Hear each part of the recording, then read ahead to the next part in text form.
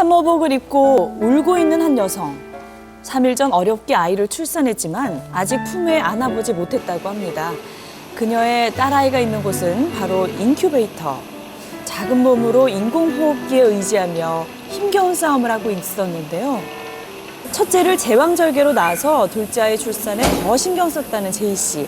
하지만 둘째는 예정일을 2달이나 서둘러 세상에 나왔습니다. 주스를 채우지 못하고 출산하는 거에 대한 이제 아기한테 대한 염치를 컸고요. 건강하게 태어나서 아기를 잘 돌볼 수 있을까 하는 그런 염려. 조산하게 된 이유를 명확히 알 수 없어 더욱 답답하다는 제이 씨.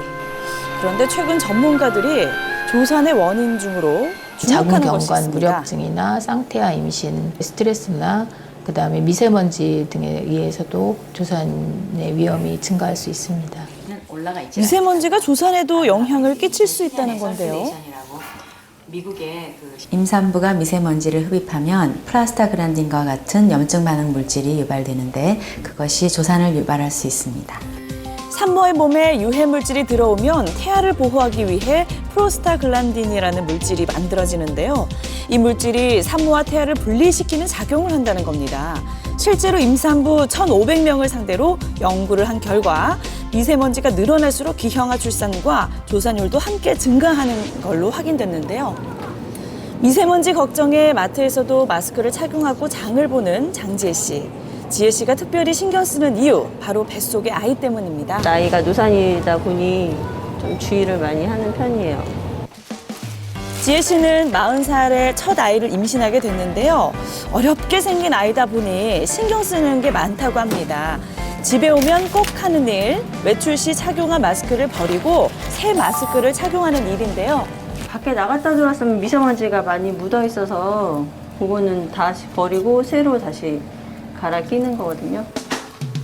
매일 미세먼지 농도를 확인한다는 지혜 씨. 그래도 뱃속의 아이를 생각하면 실내 미세먼지에 대한 걱정도 내려놓을 수 없다는데요. 제가 숨 쉬면 아기도 같이 숨을 쉴 거 아니에요. 뭐든지 다 조심해서 하려고 지금 많이 신경 쓰고 있어요. 우린 미세먼지 걱정 없이 산다. 미세먼지를 이겨내 두 아이를 건강하게 기르고 있다는 박은경 주부를 만나봤습니다. 아침부터 사방에 물을 뿌리는 박은경 주부. 이게 미세먼지 퇴치의 첫 번째 방법인데요.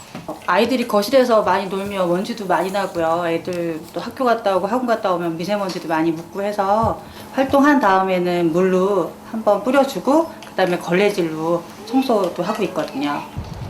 올해 3학년이 된 개구쟁이 첫 아이가 하교할 시간. 엄마의 본격적인 미세먼지 퇴치 작업이 시작되는데요.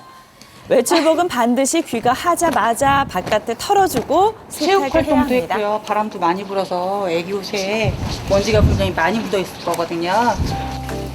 입자가 작은 미세먼지는 속옷까지 챙겨낼 수 있는데요. 민감한 피부가 닿는 속옷, 세탁 후에 테이프로 한 번 더 먼지를 제거합니다. 꼼꼼하시네요. 사물 인터넷 플랫폼으로 실내 공기질 측정을 할 수 있고 각 방의 공기질 상태를 분석한 결과를 스마트폰으로 확인할 수 있는데요. 눈으로 확인할 수 있어서 집안 공기 점검하는 데는 좋은 앱인 것 같아요. 거실은 지금 보통 상태고 이거는 안방, 그다음에 아이가 공부하는 방. 이동이 가능한 공기청정기는 미세먼지가 많이 발생하는 방에 옮겨두면 더 실용적으로 사용할 수 있다고 합니다. 컴퓨터를 하는 방이나 공부방에 설치해두면 우리 아이들이 쾌적한 환경에 있을 수 있겠죠? 예. 이렇게 실내 공기를 관리하더라도 아이들이 몰고 온 미세먼지 바람은 당해낼 수가 없다는데요.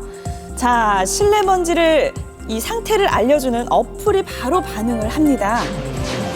실제로 옷에 묻은 먼지가 실내 공기에 어떤 영향을 미치는지 실험해봤습니다.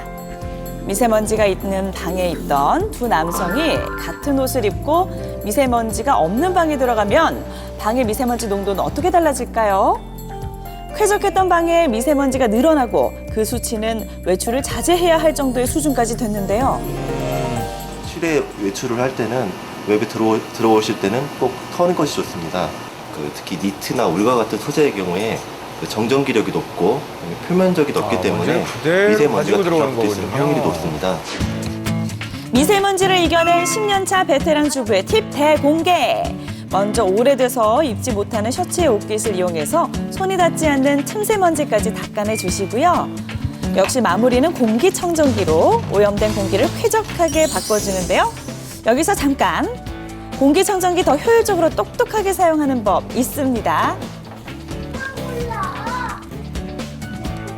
이 필터 같은 경우는 일주일에 한 번씩 물로 세척해서 닦아서 교체를 해주시는 방법을 해주시면 되시고요. 여기 감지 센서를 고객님들이 잘 관리를 안 해주세요. 이 센서가 깨끗해야 감지 기능이 안에 더 먼지가 좋아진대요. 그대로 고여 있는다면은 여기 자동으로 저희가 오염도 센서하는 기능이 제대로 작동을 하지 않기 때문에 수시로들 관리를 해주시는 게 좋으세요. 그렇군요. 미세먼지 관리로 쾌적한 실내 공기 만들어 보세요.